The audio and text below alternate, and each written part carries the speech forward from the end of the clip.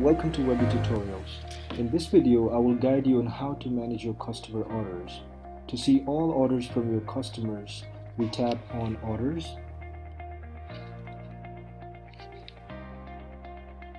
On the screen, you will find all the orders that you have received from your online store. To see the details of any orders, we will tap on the eye icon. This window shows you the product details, the customer details, and the total amount your customer has paid online. To get more insights on the invoices, we tap on the invoice generator icon. Again, you can see more information about the customers and the product, and we can also mark this as paid.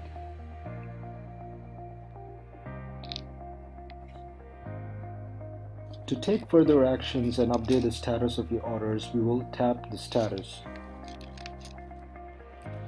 From here, you can choose from different options such as this is a new order, whether the customer has been contacted and the order has been confirmed, and if the order has already been delivered.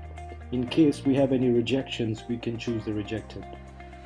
In this case, we will choose if this order has already been delivered. Let's press OK and this will be saved.